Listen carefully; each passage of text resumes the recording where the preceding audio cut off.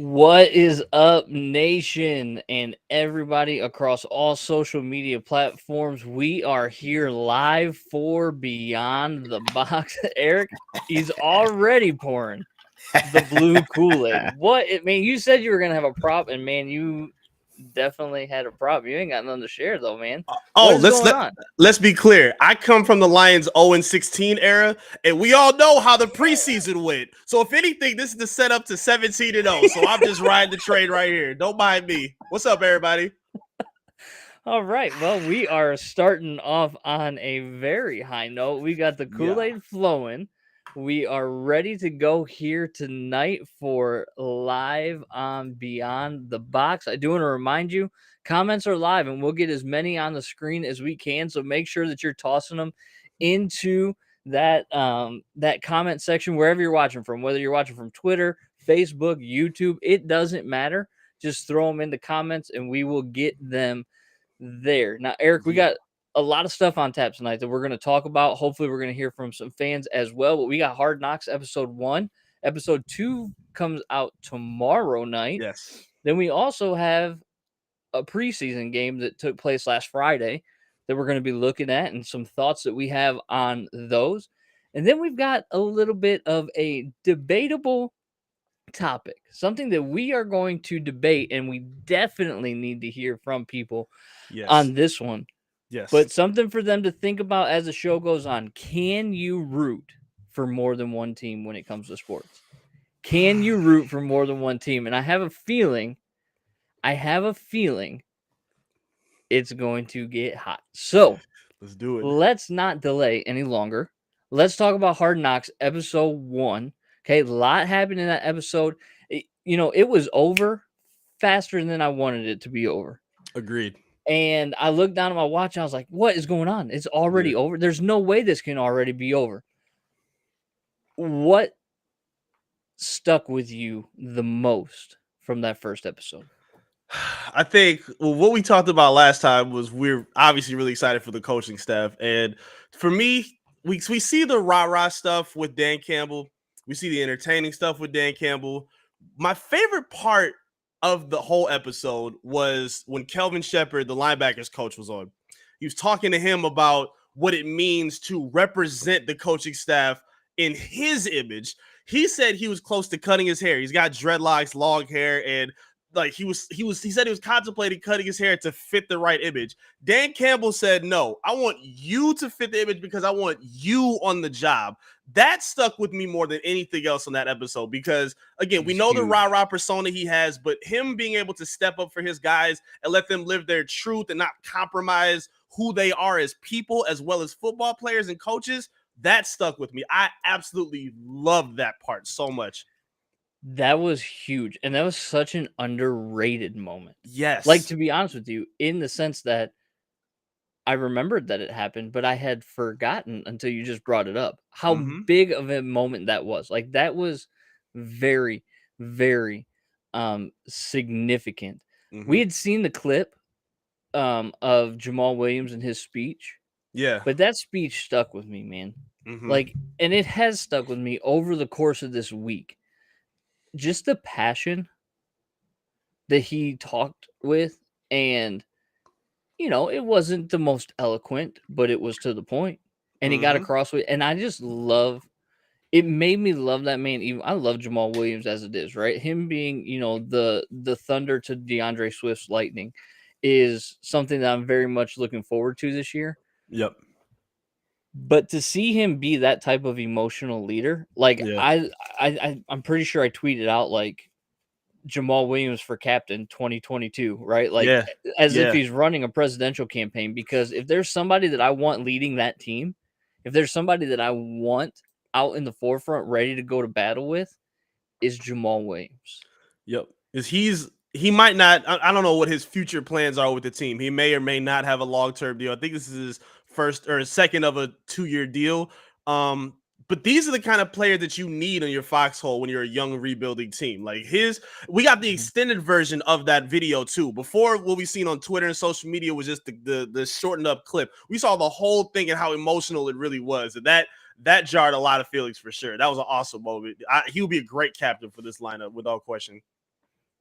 He will. He absolutely will. Anything else that came? Because I've got a few other things that I wrote down, but I want to hear from you first. We might be hitting on it. I might lead into it, but I mean, the obvious star outside of the coaching staff was Aiden Hutchinson. Hutch was all over the place for obvious Billie reasons. Jean. Yeah. So he, Okay. I appreciate the football. To me, like he is a big dude. He is big, quick off that burst. Like I've seen all the tweets about him and Penei Sewell, but seeing how he was really like I wouldn't say ragdolling him, but he was giving him everything he could handle. It was really uplifting to see how much attention he got within the locker room. And then the obvious thing that you just talked about was Billie Jean. And we've already talked about what we were going to bring up for your TikTok dance if you lose in fantasy football. Oh, Buddy. Billie Jean is your song and your dance. That's going to be your rendition if you take this L in fantasy football. Thank you, Hutch. Appreciate you for that motivation, my guy. Oh, man. Yes. Why did I ever agree to that? What a terrible and stupid thing. I had no idea what to get. That was it right there. I was like, you know what? AJ's doing that. AJ's doing that.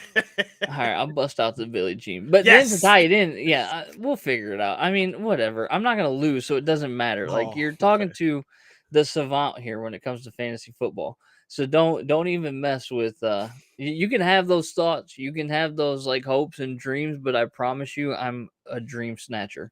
It ain't gonna happen. Sure. Okay. For me, so here's one thing that I really liked. I know that it's been written about and it's been brought, up multiple times, but I love the branding on the team wall. Yeah. Did you notice the branding on the team wall? I did. This is the last playoff win. Mm-hmm. This is the last NFL champ, right? To me, that signifies we talk about a different culture. We talk about, a different, way of going about business. Instead of celebrating, 1992 is our last playoff appearance. No, guess what? It's been since 1992 that you've won. You know what I'm saying? Like changing the narrative a little bit to be like, are we going to continue to be like going this far without having won anything? Are we going to continue that kind of, oh, look what we did, as opposed to it's been that long? Like that's ridiculous, right? Yes. So to me, like seeing those graphics, and I'm glad that they got pointed out, and I'm glad that they've gotten written about, and I'm glad that they are there. Because this is not like, oh, we made the playoffs in 2014, let's hang a banner, right? This is, we haven't won since what, 1991, I think is the last playoff win. Right. We haven't won since then. That's the story. It's not the fact that we were there and that it happened. The fact is, it's been 31 years since that has happened. Yep. And I've seen some discussion from fans say that, this is a new team. They don't really know nothing about the history. I think that helps, though. I think that history reminder, because you even saw Deuce Staley and I think Aaron Glenn talking about it as well. Like, we've been horrible. Jamal Williams during his speech, I think about that record. Like, that has to matter. You have to have some extra type of motivation to build on. It can't just be, all right, new week, let's get it done. New week, let's get like that extra history for what you come from, representing that team and wanting to be better for what that franchise is represented. That matters a lot. And I think it's going to resonate for real. I think it will too. I'm excited for the next episode tomorrow night, just to see how much more I want to run through a brick wall, how much more Kool-Aid you want to drink.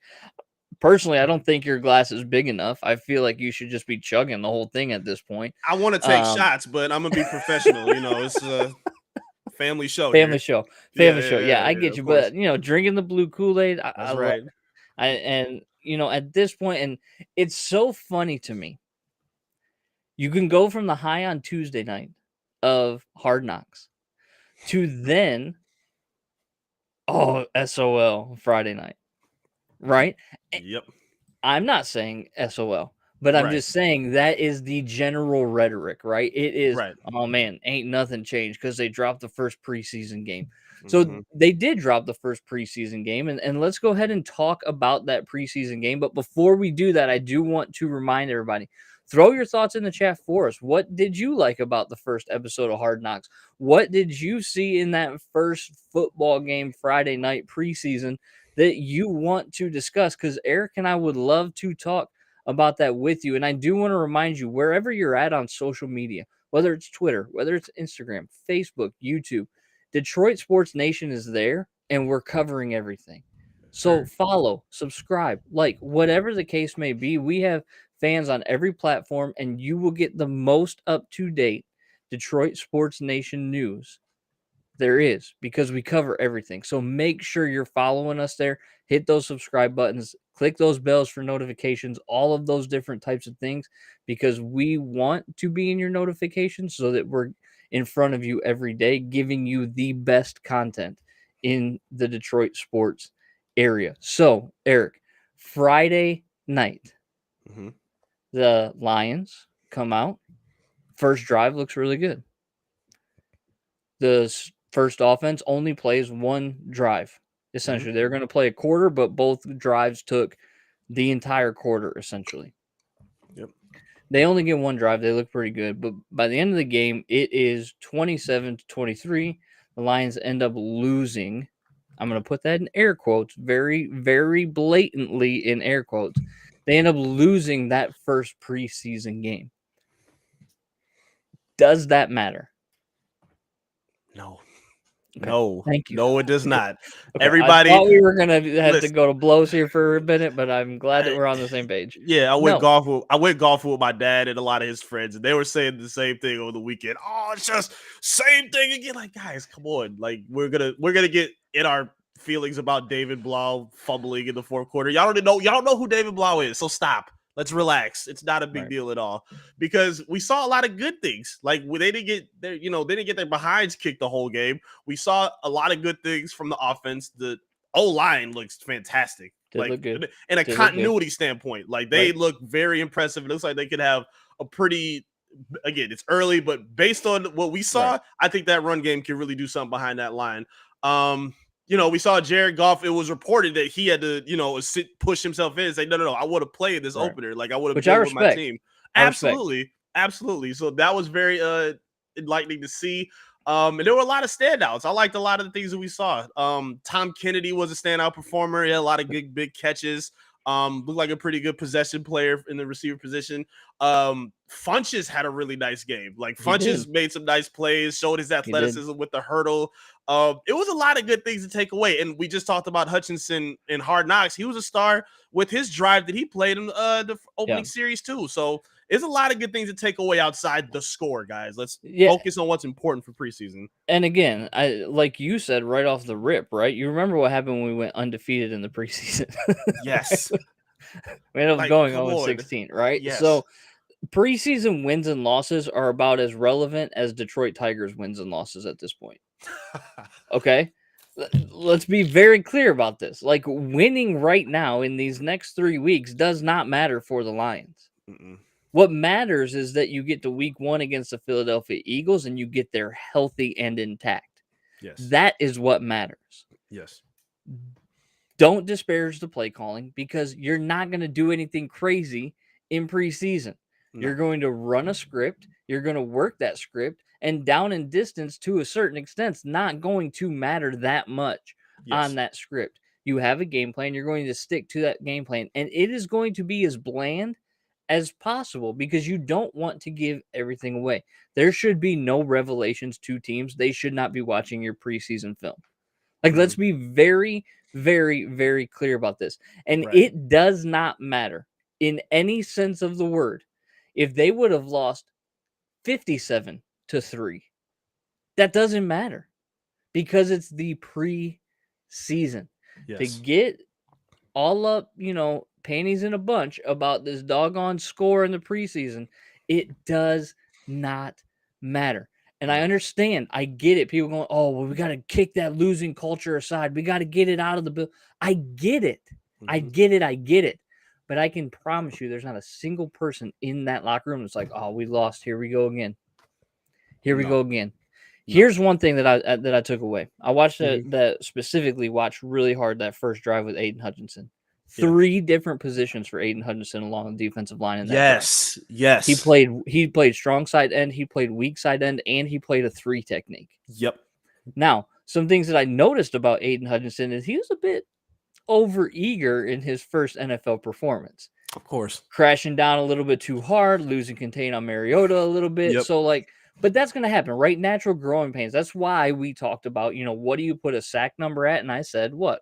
4.5, 5 4.5, sacks, yeah. right? Because he needs to grow into that role. And I know you don't want to hear that, but the overeagerness is there. And I get he's a high motor guy. We talk about that all the time, right? He's a guy that's just constantly going,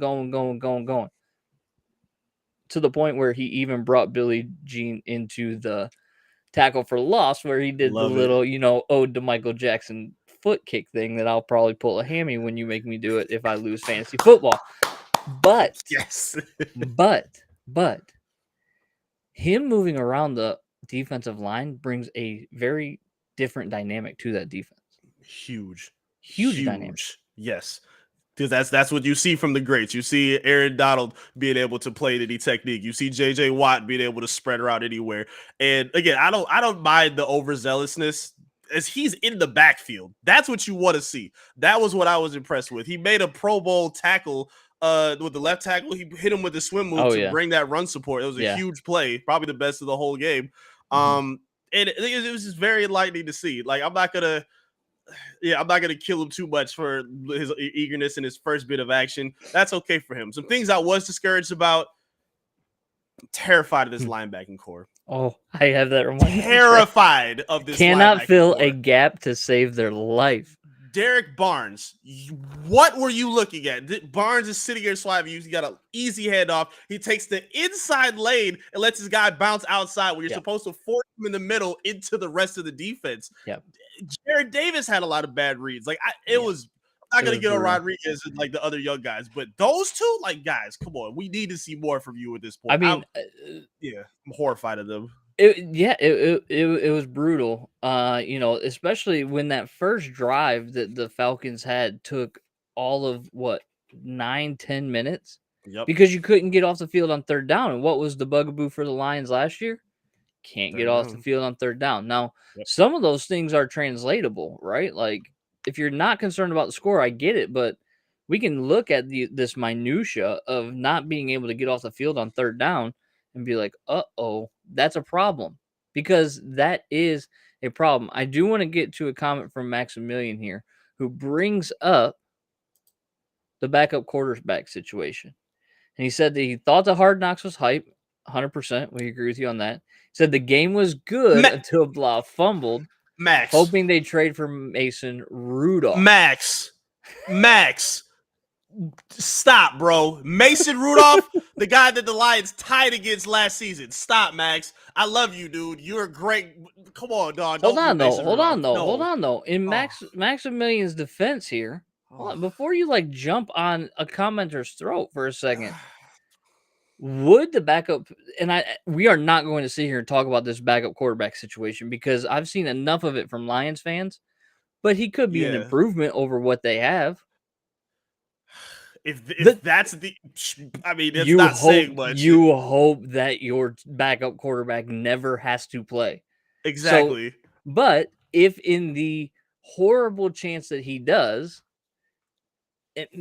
I don't know. I think that we worry about the wrong things, and the backup quarterback position is not something that this team needs to worry about. And I don't care how many creators want to put out content and talk about the backup quarterback position. It is nearly irrelevant to this team, because here's the reality. Even if this team is good this year, record-wise, if Goff is hurt, the season's done. Right.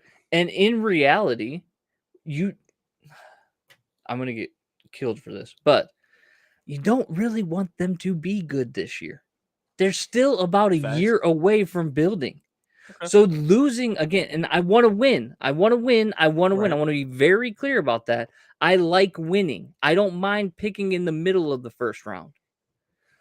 But the backup quarterback position is not going to make a difference one way or the other. If anything, it's going to help us build stronger for the future because of all the losing that will take place if they have to play.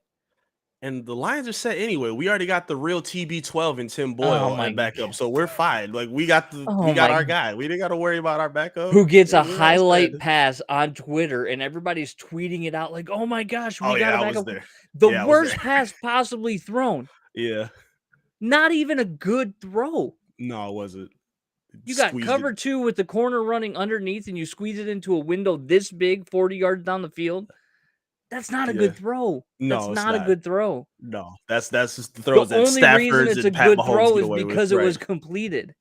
If it gets picked off, everybody's like, "What the heck's he doing throwing the ball?" Like, that's not a good throw. That is not what you want to see from, and I think we dropped Eric there. There's Eric. Oh, That's there I not am. what you want to see from a quarterback. And so, look, moving on, okay? Let's talk about the actual quarterback that we have because this is something that I actually was like, not bad. And it was a very small sample size. I'm not a Jared Goff fan. I'm gonna actually move Eric off the screen here because he's having a little bit of technical difficulties, but I'm still here to talk with you guys. So let's talk about Jared Goff. There's Eric.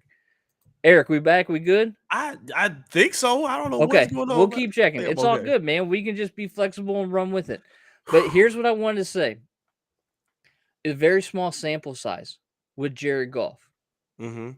But in the very limited exposure that he had in that game, I have to admit, and I will give credit where credit is due, though I will be a very staunch and firm believer that he is not the future of this franchise. Mm-mm. He's at least our quarterback this year, and I will support him. He was on time, he was accurate, and the ball was not being tossed by Captain Checkdown, which is Right. amazing. Mm-hmm. Okay, that's a good thing. And that was something that, like, for as good as the running game is and can be, him being able to complete those passes, especially off of play action, is exactly what this team will need to get to, as Dr. Detroit says here, 6 or 7 wins. 6 or It's a safe 7 wins number. is good. That's Safe a numbers. good number. It's Yep. safe numbers. Even 8, if they win 8 games, and they have the ability to win 8 games, if they win 8 games, this year is a monumental success. I'd like to see And the that. And offense looked good enough to win 8 games. yeah, and I want with those 8 wins too, I want to see them playing some important games down the stretches as well. I don't want to see them just catch like go on a 6-7 game slide Win and their then first rack them 8 up. and then lose their Yeah, I last don't. 9. Yeah, I don't want to see that. Like I think they'll be equipped enough to at least find some balance with things. Jared Goff, I love what I saw from him. He didn't lean too heavy on being a check down guy. He had a nice kick to the tight end over the middle. He found Amon-Ra St. Brown a couple times. To me, I keep calling him Golden Tate Jr. He Yeah. looks just like Golden Great Tate to me, and I think he's going to be great. Great comp. So yeah, I think he has all the assortments you need, especially playing behind an O line with 2 dynamic rushers that can get you short field position to work with. I think he's going to be in a prime position to take pretty good advantage of the resources around him. Yeah, look, one of the keys that I'm going to really be honing in on this season, and we'll talk about a lot, is if this offense is going to be successful, 3rd and 5 or less is key. Mm-hmm. If you're in the 3rd and 7, 3rd and 8, 3rd and 10, or behind You're the in trouble. sticks, You're in trouble. You're in trouble. So that's going to be key. It's all going to be predicated, like you said, on that offensive line and the running game that is, able to have that kind of thunder and lightning type of aspect with DeAndre Swift and Jamal Williams. So the last thing I want to talk about with this game, Lions go down, score a touchdown, first drive. Mm-hmm. Very next kickoff, who makes the tackle? Malcolm Rodriguez. Yep. And it was a good tackle. Yeah. Now, I try to watch him for the rest of the game, and I know that he's competing for a spot, but I really like this kid a lot. And I'm not going to go deep diving on him, but he looked good. And I think he impressed. You know who he's going to be? Who? He's going to be the Zach Follett of this team. All right. Real Lions fans, Zach Follett. He started off on the special teams, high energy guy, and then he worked himself into a rotational role. Unfortunately, couldn't stay healthy, but he got into the linebacking court. He was a pretty decent player. He wasn't bad. He just couldn't stay healthy. So I see that with Rodriguez right now. He's going to get an opportunity. He seems like a Dan Campbell guy. I love the energy he brings. And on Hard Knocks too, we saw the dancing. So yeah, he's a keeper. I like The little Rodriguez. salsa dance. Very Oh good. yeah. Any other thoughts from you or anybody in the chat about that first preseason opener? Because if not, we're going to get to our debate here very quickly. So, Eric, you got any last thoughts? Yeah, sorry, Max. I didn't mean to yell at you about again. Mason Rudolph is a triggering name, man. I'm sorry. That might have been too much, but we can do better than even if it's in a backup role. We can do better than Mason. But sure, let's get into the gritty of this debate. Let's get into the debate, and this is the big one, right? The big question that we have here is this: can you root for more than one team?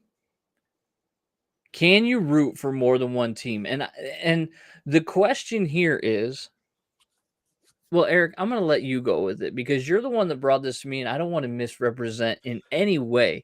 So please explain what we mean by this. Can you root for more than one team? I'll take the wheel. All right. So, especially in Detroit, there is a big because there was another preseason game that I caught and watched a lot of. It was the Steelers and the Jaguars. Awesome game. And there is a huge Steelers fan base in Detroit. There are a lot of different teams that people are fans of in Detroit, period. I've seen a lot of Packers fans, Ravens fans, Steelers I just brought up. There's a lot of people who, and again, they're not just claiming that one team. They claim them and the Lions, which people treat as if it's just okay. And I hate that. It's not okay to have more than one team. You don't do that. You don't get to play with two teams when you're playing video games. You can't say, oh, I got this backup team that I'm going to ride with just in case they go. No, you don't get that. I don't see that done in college very often, and I hate it when it comes to the NFL. Pick a team and ride with them, especially, listen, as Lions fans, even other than like struggling teams like Browns fans, whoever else, they're easily able to support and ride with them teams because you want to be loyal to the soil. But you don't get two teams. Rams fans, no, you get one team. That's it. I hate this notion that you can have more than one just because. No, you don't get that. Pick a team, ride with them. So you're saying like I can't have a team that I like, even though if the two teams play, I'm still rooting for the Lions. No. I disagree, man. You can like that. Okay, so I think you're wrong. Listen, hold on. Go ahead. Hold on. What is wrong with me saying I like, or my team is the Detroit Lions? Right? You're loyal to the soil, as you just said. First time I've ever heard that, and I'm going to steal it from now on. Right. You're loyal to the soil, right? That is my team. I lived in Dallas, Texas for a long time and had to put up with those doggone Cowboys fans. Ugh. And I would show up to the Sunday games wearing my Lions gear. Gross. Especially the week after we got screwed in 2014, when it happened then to them on the Dez Bryant catch, I was at somebody's house wearing my Lions gear that day because I was like, they deserve that. This is a team that should be playing anyway. That's the best NFL karma ever. Yes. It is. But anyway, that's for another day. Fine. I don't see anything wrong with me being like, you know what? I am a Detroit Lions fan. But there's this AFC team who's not in my league that I'm also a fan of, that I like to watch, that I like to see play because maybe I like their quarterback. Like for a long time, for me, it was the Colts. They were like my second team because of Peyton Manning. I also went to school in Indiana for a year, so that also helped. So I was like, I would watch the Colts, and I mean, the Lions were out of the playoffs at that time, so I could at least experience playoffs through the Colts, right? I don't see anything wrong with that. It's the same thing in baseball, man. Like I got an American League team and I got a National League team. So, okay, so were you, when you were a Colts fan at this time of your life? I was a Peyton Manning fan. He just happened to play for the Colts. That's okay, though. That I'm fine with. Being a fan of a player because of a team, that's fine. But, I got this Rams jersey. I got a Steelers jersey. I'm a Raiders fan on I do have a Colts jersey. I do have a Colts jersey. The Peyton Manning jersey? Marvin Harrison. No, I'm just kidding. I'm just kidding. It's a Peyton Manning jersey. It is a Peyton Manning jersey. But like I wore it on our on DSN's draft special because it was it's like the only jersey that I own. I own no Lions gear. I own one long sleeve T-shirt that says Lions on it. Oh, you don't have the all gray, the color rush, man? What do you mean? Come on. I'm not a jersey guy. The fact that I don't have a hat on right now is like stressing me out to a certain extent, just because I am a hat guy. I'm not a jersey guy. Well, So like no, I'm not gonna. I that don't like the way jerseys fit. I don't like the way jerseys look. They don't look good on me. So I'm just gonna stick to my T-shirt and jeans. I'm cool that with that. that makes a lot of sense. The one guy you're willing to compromise that for is the least swaggiest guy in NFL history, and so for you to claim that with Peyton Manning makes a ton of sense for you. So I I don't mean, even care. thank you again, 100% on brand, right? It is, yes. You're at least being consistent, so I can rock with that. That's Okay, fine. all right. Consistency is the key to life, Eric. That's Yes, what you need to know, is that yes. consistency is the key to life. And I get it, right? Like Peyton is a huge dork, but here's the reason why. I played football at Taylor University, very small school, an Okay. hour outside of Indianapolis. Jim Caldwell, old friend alert, was the quarterbacks coach at that time for Right. Indianapolis, and he Mhm. came and spoke at one of our team meetings. And so Oof. we were able to drill him and talk to him. Yeah, I know, right? How Not boring care was about. the? Tell me how boring that speech was. Don't lie either. It was honestly the most fascinating thing that I had been a part of at that point in time. That's crazy. But That's here's why, wild. right? You have a guy that you're like, you spend every day with arguably the second best quarterback in the NFL. Hmm. What's that like? And I'm a quarterback. How is he as good as he is? And he just broke it down and told us everything. And like that's when I was like, I'm not necessarily a fan of athletes. I'm a fan of excellence in a lot of ways. That's why like Okay. Tiger Woods is my favorite athlete of all time, because he's just Good dominant, call. right? Hmm. Huge Kobe fan, huge Peyton Manning fan. But Okay. what do they all have in common? They're all prepared. They all study. They're all students. Like so learning that and knowing that about Peyton just instantly made me like a fan of his. I'm okay And so with that that. I'm okay with that. Like I said, you're co-signing on Peyton. You're not saying, "Oh, I like him." Andrew James gave me this, and Bob Sanders. Like you're just—it's strictly no. Peyton Manning, and he's an all-time icon. So I'm okay with that. But like I don't want to hear nothing about people cheering for Kirk Cousins and the Vikings, and also being a Lions fan on the No, weekend. Like I don't want to that's hear that. inappropriate. That's Yes, in that's a whole division, punishment. no. Yeah, But I don't especially see in any division. problem with somebody being like, I'm a fan of the Lions, but I'm also a fan of this team in the AFC. It's I look. different if you play that team consistently on a year-to-year basis, but, like, again, I use the baseball analogy. I grew up a Detroit Tigers fan, but also in the very formative years, I came home every day and watched Harry Carey and Steve Stone call Cubs games. So Okay. the Cubs became my second team. Okay. They're still my second team, and I root for them, and I cheer for them, and it's a very big day when you know what I'm saying? So I don't see any problem with that carrying over into other sports. What's the problem if I'm a Chargers fan and I'm also a Lions fan? Because to me, again, I'm a snob with this. It to me it dilutes your fandom, especially if it's like not even like, oh, like I become fans of players because of who my fantasy team is. Like if I draft Sure. Russell Wilson, I'm probably gonna Be a halfway root Broncos for the fan. Broncos Yeah. just so I can get my feet off. But strictly just off the strength of, oh, I like them just because, oh, their jersey spoke to me when I was like, that's garbage. I don't want to hear that. Like it dilutes the what you're doing as a fan. The ability of being a fan and supporting a team is to be able to support and ride for that one team. You ride with agendas for 3, 4, 5 different teams in the league like that. I don't respect that at all. I look down on that for fandom. Hold I'm on, I didn't sorry. say 4 or 5 different teams. Now you're putting words in my mouth. I I mean, yeah, said I'm not saying you, but one others who team do, or right? But even that's too much for me. Like I no, man. Again, that's all a part of the price of liking sports. It's riding with your team. If you're not gonna be like, go be full time somewhere else. But I don't like the jostling in between two. I can't rock with that. okay. So then if that's the case, the Lions pick up and they move to a different city. Are you a fan of that team then? Is there a new team in Detroit? No.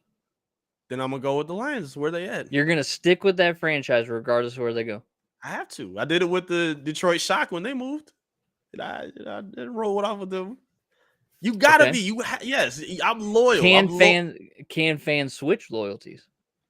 Yes, I'm fine if you switch. If you Okay. want to leave and go somewhere else, go ahead. But you cannot claim two. And then, like, again, like they get to the Super Bowl, like, I hate that I've seen that with him. I was riding all the way with. No, you weren't. You got 2-3 other teams. You're not loyal. I don't want to hear. We don't want you over here. Ride with your team. Pick one and ride with one. I don't rock with that, bro. I don't like the. That's a huge fan law. I think Joseph has got it right here. I think I was and born right, Lions this fan.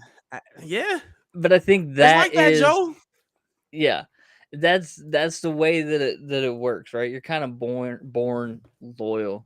Hopefully, I mean, maybe that working in education over the last few years, I've kind of seen how the flashy highlight players are the teams that the kids are gravitating to nowadays. And I know I sound like this old crotchety old man, right? But you talk to anybody in the school nowadays, you're like, hey, who's your favorite team? They're like, oh, the Golden State Warriors. Oh, the Kansas City Chiefs, right? Like, no loyalty at all. So, like, I appreciate Joseph's comment here. Did you see Max? I think Max got a good one too. But like to me, that's just especially those type of fans. Yeah, Eric say that you can only love one. Max, you going off on me today, man. Come on.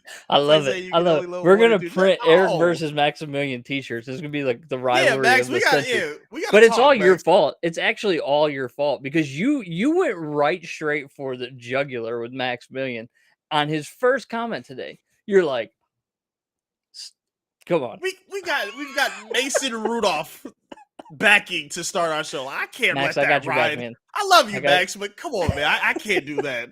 No, not for Mason Rudolph, man. Oh, Jeff. Listen, week 5 Jeff, or 6. You want to talk about loyalty? This is interesting. A side chick NFL team. No, you can't have a side piece, bro. No side piece. I don't know. Like, okay, so you then hold on. So we're gonna keep going in this discussion because there's so many layers to it. You had a problem then last year with someone like myself who was in favor and supporting Matthew Stafford to win a Super Bowl. Okay, now I'm gonna be a hypocrite. That's different. I'm a hypocrite because we have. Did you get a Stafford Rams jersey? No. Okay. And you know what? Okay. I saw so much of that at Ford Field. There were so many Rams Stafford jerseys in the Detroit Rams t-shirts. Those were hilarious. Those were nasty. Those were whoever still got one of those. I gotta talk to y'all. I gotta talk to y'all about those shirts. Those boys went crazy. No. But look, yes, I was feeling for Stafford in the Super Bowl. I can't lie. Right. And you were also rooting for Stafford before he got to the Super Bowl. Yeah, because he's one of our old ones. Means that you're rooting for the Rams. Not necessarily. Not necessarily. I wouldn't call myself a Rams fan in that moment. I was just supporting. I didn't use those words. You just used those words. But you were rooting for them to win. The definition of the question is, can you root for more than one team? In a game, okay, the only time you can do that is when your team is not included. So we have a lot of opportunity in the playoffs to root for teams not named the Lions. So I had the ability to root for Stafford in that moment because we ain't been in there for a while. We ain't winning nothing. So I don't want to sound rooted for Stafford when the Lions played them. You did what? I rooted for Stafford when the Lions played them. Did you really? Oh, see, now that's foul too. No. But think about it.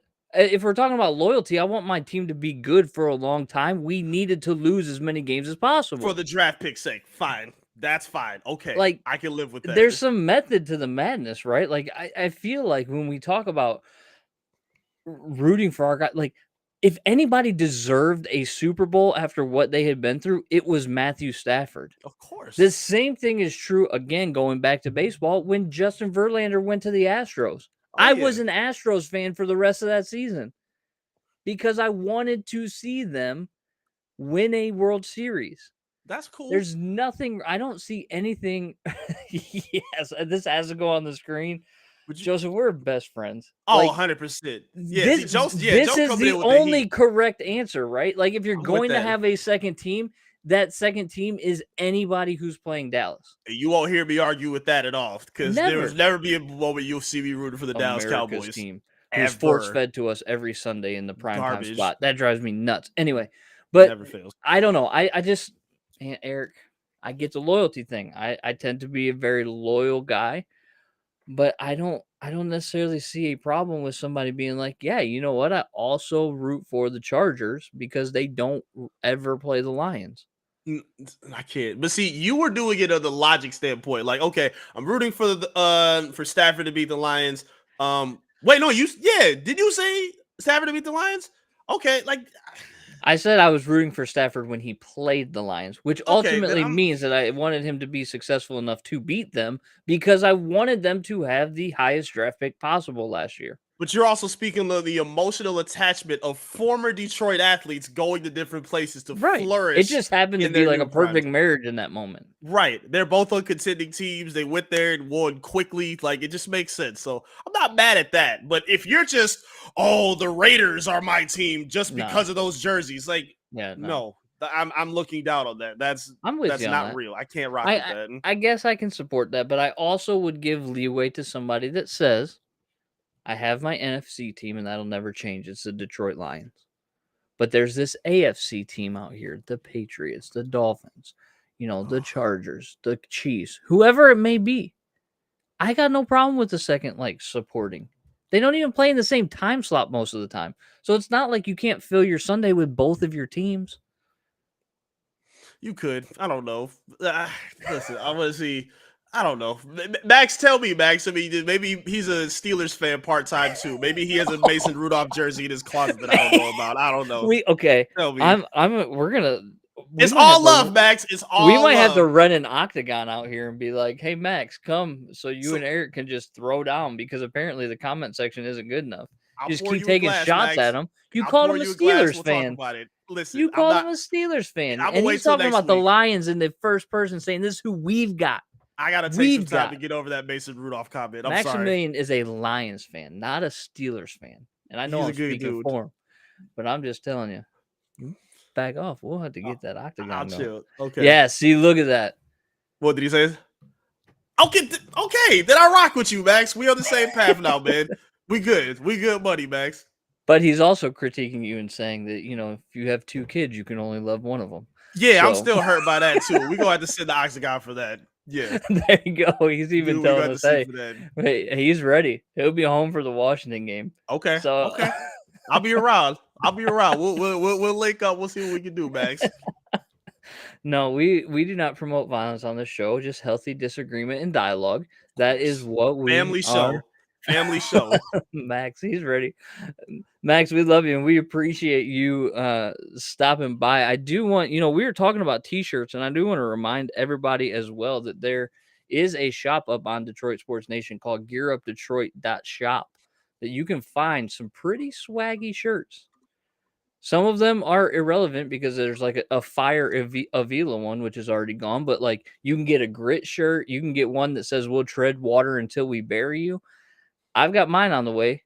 Go check it out. Make sure that you get one of those and represent your one and only team. Right, Eric? One. And I'm going to take this shot. And I'm taking this shot for Al Avila being gone. Go ahead. We're mixing sports here. But anyway, we are Beyond the Box. We are live every Monday night on all social platforms. So don't forget Facebook, Twitter, YouTube. Make sure you follow Detroit Sports Nation on Instagram, on TikTok.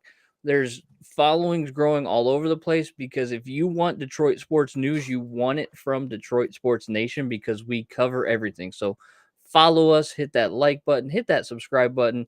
Make sure your notifications are on, and we will be in there because if it happens in Detroit, we cover it. Guaranteed. That's right. Eric and I will see you next week on Beyond the Box after episode 2 of Hard Knocks.